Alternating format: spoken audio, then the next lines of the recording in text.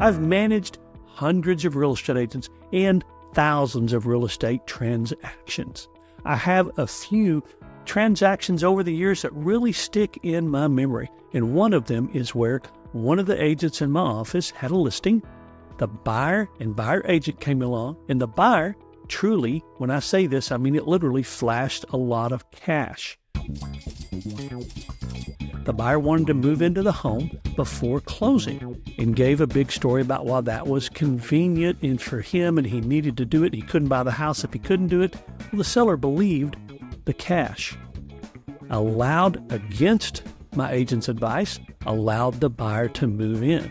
Well, the buyer never closed. He did pay his pre-closing rent in cash, but then he never did anything else, and it took a while to get him out of the house. So why does that affect you? Well, I'm going to explain that, so stay tuned.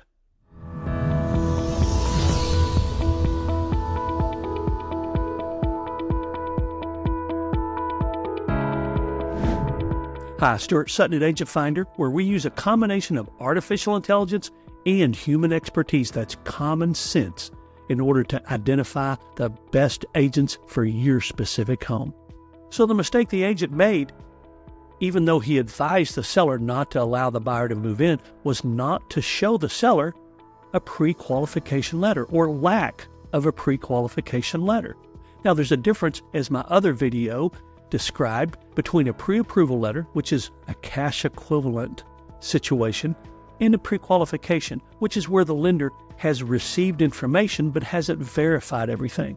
So in a pre-qualification, which is the most common thing you'll get, a lender has said, hey, fill out this application, put down all the information.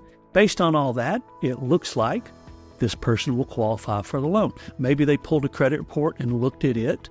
Maybe they have verified part of the information, but they just hadn't had time to verify everything. So that's pre-qualification. Pre-approval is where they have verified everything. It's been through underwriting, and it's virtually the same as cash. It is risk-free. With a pre-qualification, there's always risk because something could pop up that even the buyer wasn't aware of.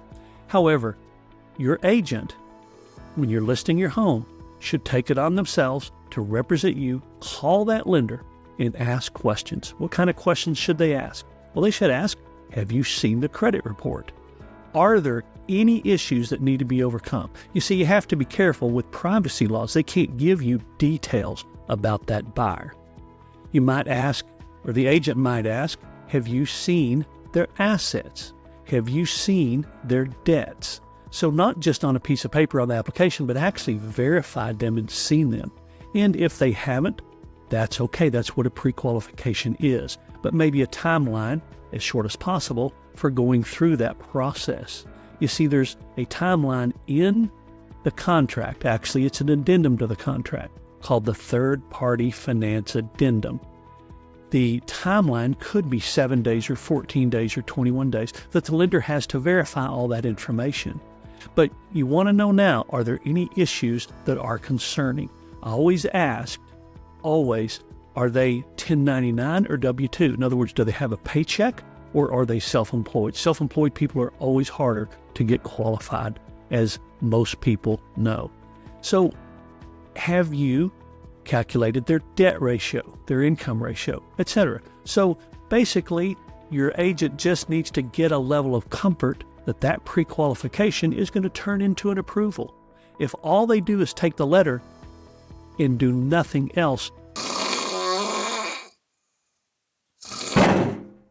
your risk has just dramatically increased. By asking questions, I have found things out like, well, one time, sorry, I'm chuckling about this because it's one of those memories that sticks in my mind. The lender that the buyer was using had actually pre-qualified them on a program that no longer existed. So we, of course, advised that they use a different lender and a different program, which they did, and they ended up closing the home. But had we not made that call at the very beginning, we could have gone down a long road, a process, found out that program didn't exist, they weren't going to qualify, and they would have had to move to a different lender. We would have lost 3 weeks, a month of time. So making that call to the lender and verifying the pre-qualification status is something your agent absolutely should do. If that letter comes in, the pre-qualification letter, and it's very vague, your agent just simply needs to clarify. Have you received and seen the credit report? Have you received and seen bank statements and assets? Have you received and seen issues regarding credit? Are there any obstacles we need to overcome? And your agent probably has their own questions that they normally ask. But I'll be blunt with you, some agents don't ever pick up the phone and make those calls. So if yours does, you probably have a good one. Hope this helps. Hope this makes sense. I popped another video up here for you. It covers some more details regarding the process getting to successful closing. Hope this helps. Hope you like this video. If you like what you're seeing, go ahead and subscribe. And remember, it's your choice, so make it a powerful day.